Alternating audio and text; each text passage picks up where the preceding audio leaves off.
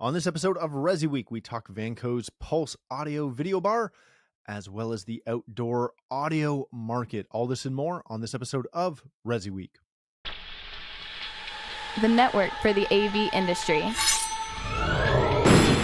What are you listening to? This is AV. This is AVNation. This is AVNation.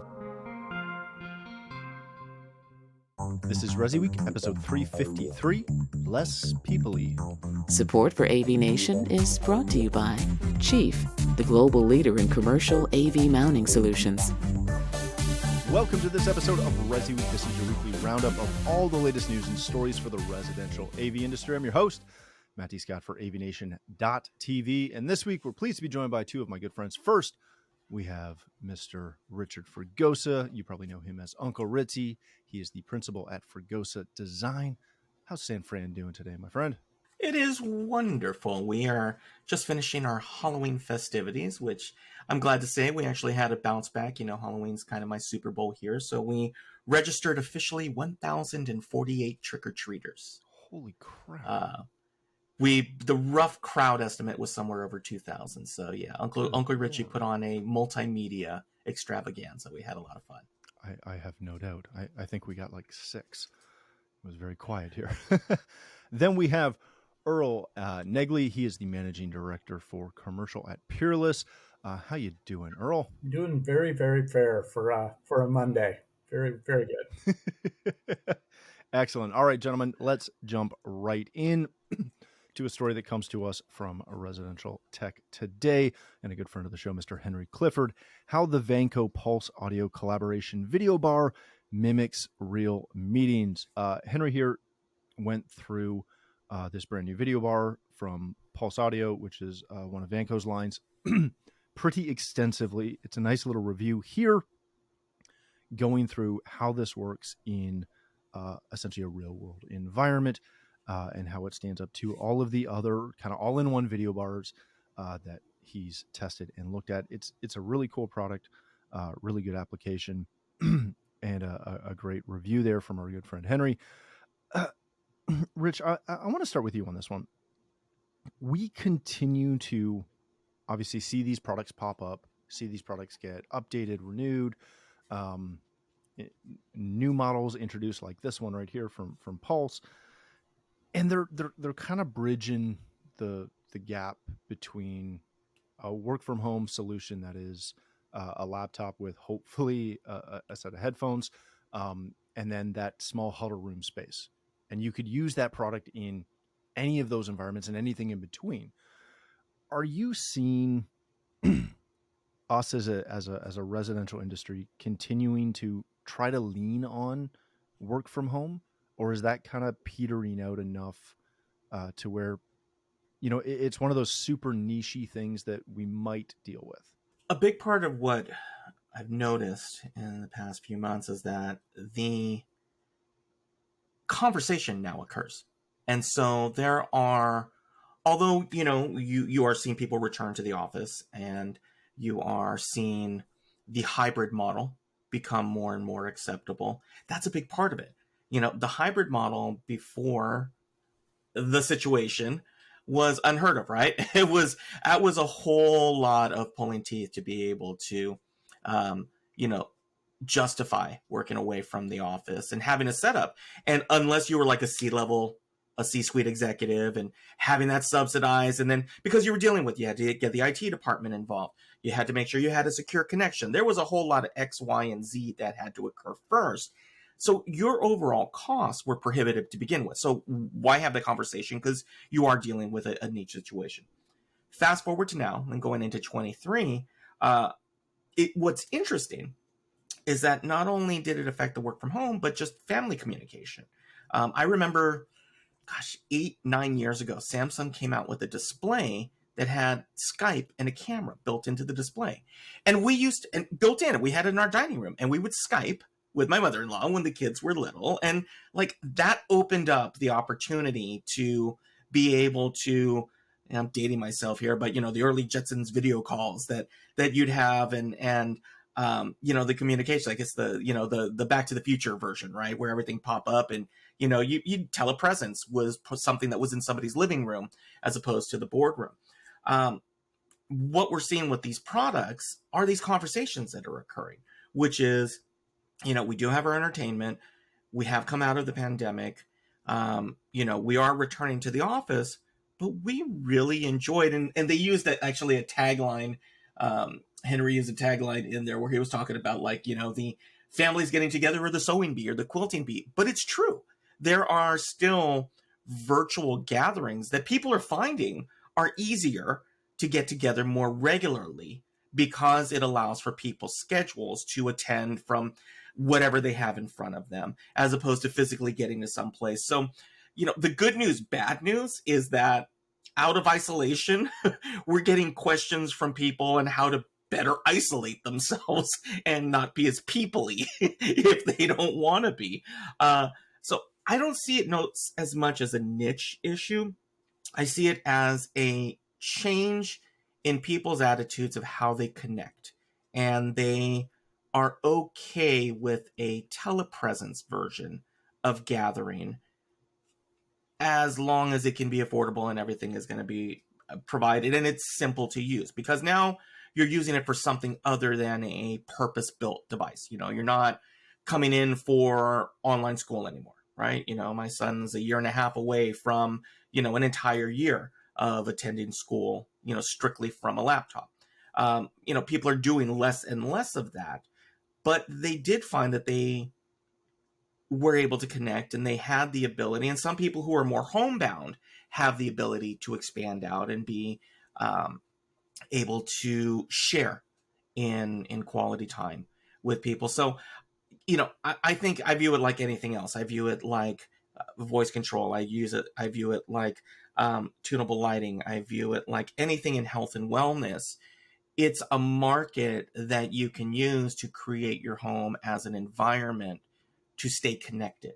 And how you stay connected means something different to everybody. But the tools are there, and the tools are becoming affordable, which is a big key now, is that it's accelerated affordable tools, because you're not going to necessarily be able to say, Mr. and Mrs. Client who want to see the grandkids, here's an $10,000 Eagle Eye, fantastic, 4K video bar that you can use to see, your grandkids take steps. It's not going to happen. This, and I actually had the opportunity to see it at Infocom and talk to the group over at Vanco. It's a great product because they are seeing that need and bridging that need in between. And they're saying, hey, we can use this in the commercial environment, but we've designed it to live just as nicely in a residential environment, and with the dealers who are already in place to be able to place that product. Yes, that's a really good point. I will say we're having more conversations about the home office. And again, not leading with it, but when we do a walkthrough, it's no longer just we'll put a data drop and, a TV here so you can watch the news. It has become a much bigger aspect of that conversation when you're walking through. Earl, I do want to kind of flip this a little bit.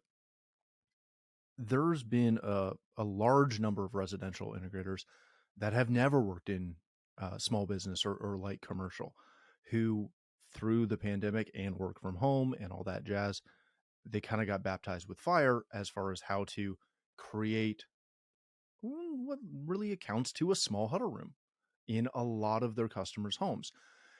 Is there a large opportunity here for those integrators to kind of make that switch as more and more of these products are available and they're seeing them more and they've got that little bit of experience? Should they be expanding or looking at the opportunity to expand into that light commercial, that SMB space? Yeah, boy, there's a lot to unpack here, my friends.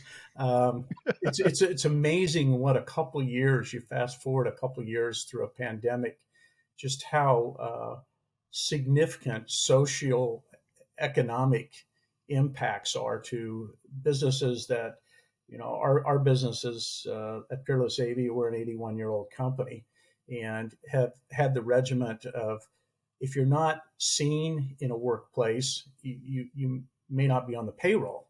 Our company had to make a pretty gigantic leap when work from home came. And some of the just the sheer business that impact. If you think of the conventional Resi installer, that was a boon to their business because now people needed better networks at home. They were also tied and tethered to the home for an extended period of time in the early stages of the pandemic with no relief valve, such as like outdoor entertainment and things like that. So the last 2 years has shifted not only the need for tech to be more deployable from a remote and without all the heavy lift and the technical IT department tethered to, a camera and a UCC bar at work from home. And I think that's why you're seeing companies like Vanco take a pivot to UCC soundbar, and others, including ourselves, pivot into outdoor entertainment where people are tethered to the home more so than going back into the office. So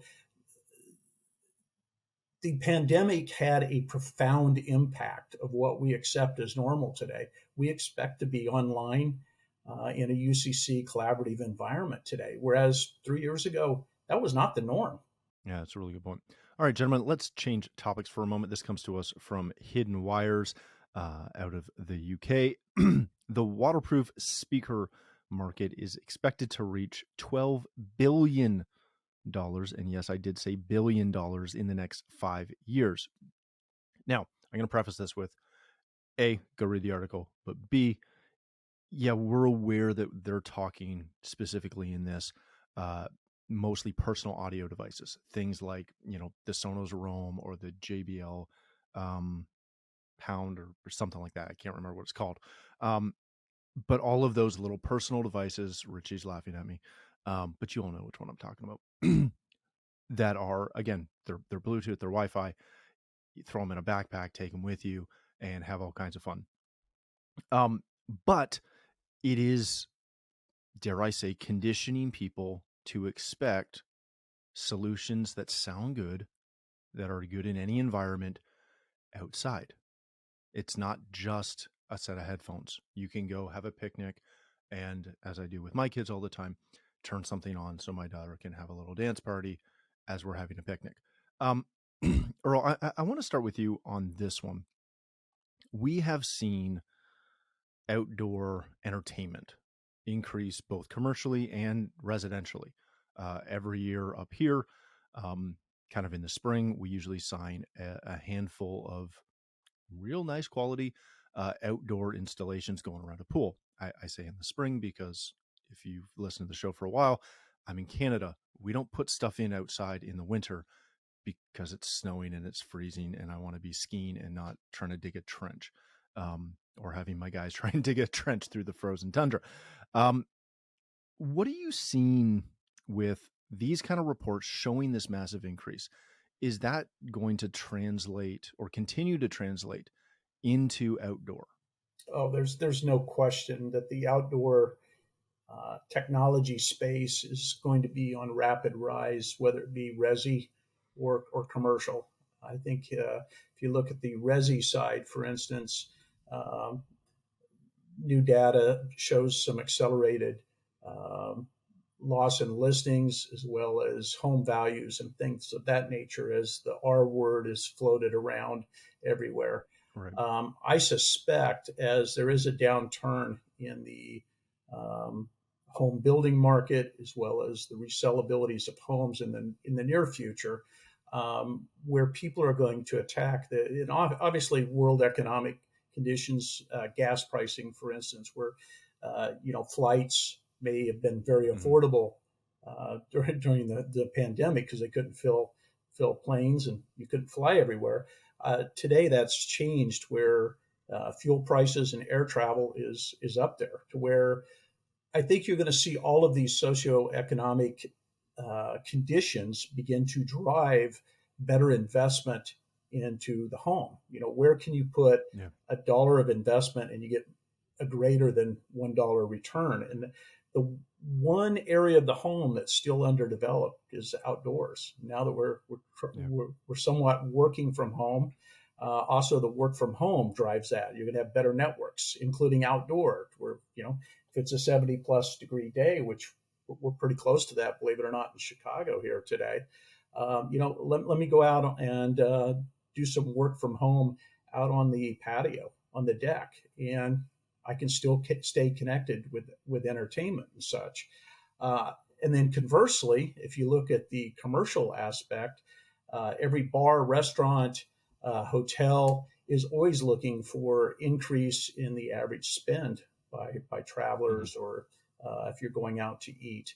So you have more dwell time there, and outdoor entertainment is one that facilitates a lot more dwell time, which increases the average price of a ticket, whether it be alcohol or additional food and beverage. So they're both resi and commercial being driven into having a more robust outdoor technology presence. Yeah, that's a really good point, Uncle Richie. And this is one that I have a hard time with because of my location, right? I continually see all of my friends down south posting these awesome, outdoor theaters or pools or all this other crap online in the middle of February when we're looking at a couple feet of snow and nobody's even thinking about their pool system. What is the marketing play for, probably half of North America that does see that half a year time frame for outdoor? Do you and again, we're in November. Should anyone in the northern half of the US and all of Canada, should anyone be marketing this, or do you leave this until February or March when people are getting tired of snow and winter and cold and they're thinking about, hey, it's only 2 months till we can get on the golf course or get into the pool? Well, I think it's going to be a matter of how you're approaching your clients from the beginning, right? Are you going after existing clients? You're looking to upgrade. Are you looking to broadcast to new clients? Are you using a social media campaign? Are you using direct marketing? Are you a store? I kind of take it at the step back, which is if we're resi focused. I mean, again, they were talking about the market is going to 8.6 or to 12.2 from an established 8.6 billion. Yeah. So we know the large percentage of the numbers that they're talking about is not a big slice of the pie necessarily for the integrator community. Now, we've seen huge jumps. You're seeing, the increase in the Bollard speakers, integrated speakers with lights. I mean, it is becoming a lifestyle choice, much so more so than having to shove, ugly plastic stereo stone rocks, in your backyard like we used to do 30 years ago. But we did, right? And it was like granddaddy had stereo stones and they sounded like this the entire time, but you still had something out there.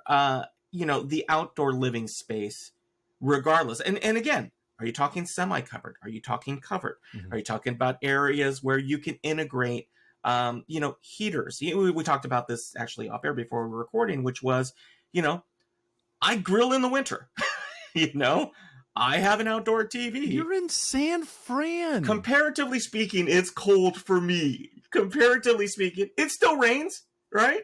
Hold on. I shovel to get to my barbecue, Tiger.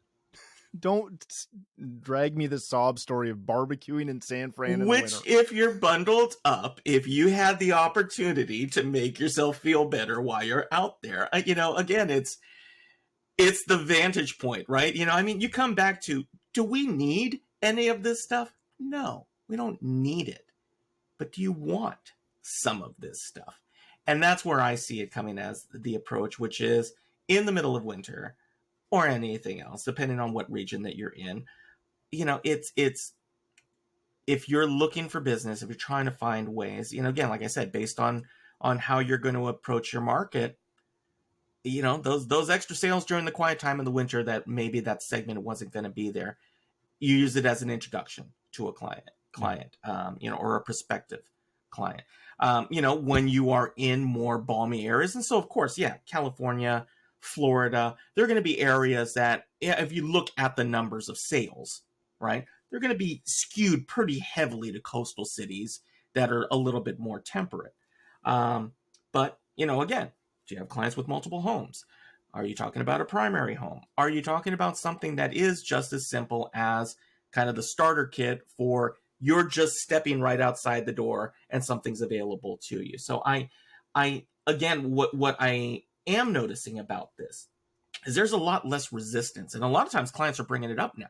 Yeah. Outdoor audio is being brought up by clients. Even something as simple as if you're in a winter area, you might have a hot tub. I know lots of people who will venture out to hit that hot tub. Well, okay. It's great that you're there. Do you want a little bit of entertainment to go along with it? And you find the way of as we've always said, finding the riches in the niches. Rich is our ideal customer. He is the guy that will go out and start the barbecue at 10 degrees. I'm always shocked, particularly up in your neck of the woods in Canada, how many people will mix a nice jacuzzi with a hockey game outdoors. So it has in the snow. Yeah, they love it. Snow and ice. Yeah. Probably a cold adult beverage to go along with it, but I'm surprised and sometimes shocked at how extended the outdoor season really is because we get real time data. That's one of our core categories of products, but it's a 10-month plus category now. As you look at this time of the year, the further you go south, there's SEC football. What a great excuse for tailgating outdoors. With the outdoor technologies that we have today. And as I mentioned, people are finding more and more reasons to be outdoors, whether it be a nice backyard kitchen, per se, jacuzzis, saunas, etc. We see an extended period of time well into November. And then, of course, you're talking about when to market it and such. Well, I think you should be marketing it actively all 12 months a year because you're going to have quote cycles, you're going to have build out cycles with the home and such. So the time to talk about it is now. So when spring hits, that person who just completed their home can expand outdoors with outdoor technology and entertainment. Yeah, that's a real good point. I know, much to my wife's chagrin, I will routinely put on our outdoor speakers when I'm shoveling the driveway, which I don't know if my neighbors appreciate it, but I also don't really care. But we've got a really good client of ours, and they have an outdoor jacuzzi, and they have a heated section of their patio. So it's a concrete patio, but it's heated so that it's clear all winter long. And they always send me pictures every year of them watching, like in the middle of the night, watching the Australian Open in the snow from the jacuzzi on their outdoor TV that's actually on a Peerless mount out there, without fail. Every early February, and it's late January, I should say, and it's fantastic. All right, let's leave it there. Thank you both so much for joining us. Earl, if people want to connect with you, learn more about everything Peerless AV has to offer, where can they do that? Well, you can always find us via chat if you want to talk to anybody about any pre-sales engineering or anything like that at peerless-av.com. Social media is a really great platform to connect with us. We're visible pretty much anywhere social media exists. Or if you want to do it old school, my first initial E, followed by my last name, Naegele, Naegele, at peerless-av.com, and that'll reach me. Excellent. Thank you, my friend. Mr. Fregosa, if people want to connect with you, learn more about Fregosa Design, where can they do that? You can find us at the website, fregosadesign.com. You can find me on Twitter at rfregosa. Sometimes just type my name into the varied interwebs and things will pop up. But as I will always say, I hope the best place you can find me is here on AVNation.tv with our suite of shows hitting all of our verticals. And hopefully you will catch my partner and I, Steve Greenblatt, as we are prepping for our 100th episode of A State of Control. Yeah, we've got episode 100 coming up where we talk about all things automation. So we're excited about it. It's going to be a whole lot of fun, but hopefully you catch us here and you help our sponsors and give everybody a shout out there. Excellent. Thank you, my friend. Thank you again for joining us. If you'd like to connect with me, you can find me on Twitter at Matt D. Scott and most other social platforms. But more importantly, please visit AVNation.tv, where you'll find this show as well as a wide variety of other shows with all the verticals that we cover. When you visit the website, please take a moment to check out our supporters. We are extremely thankful for their support and ask that you check them out as well. Thanks again for watching. That's all the time we have for this episode of ResiWeek.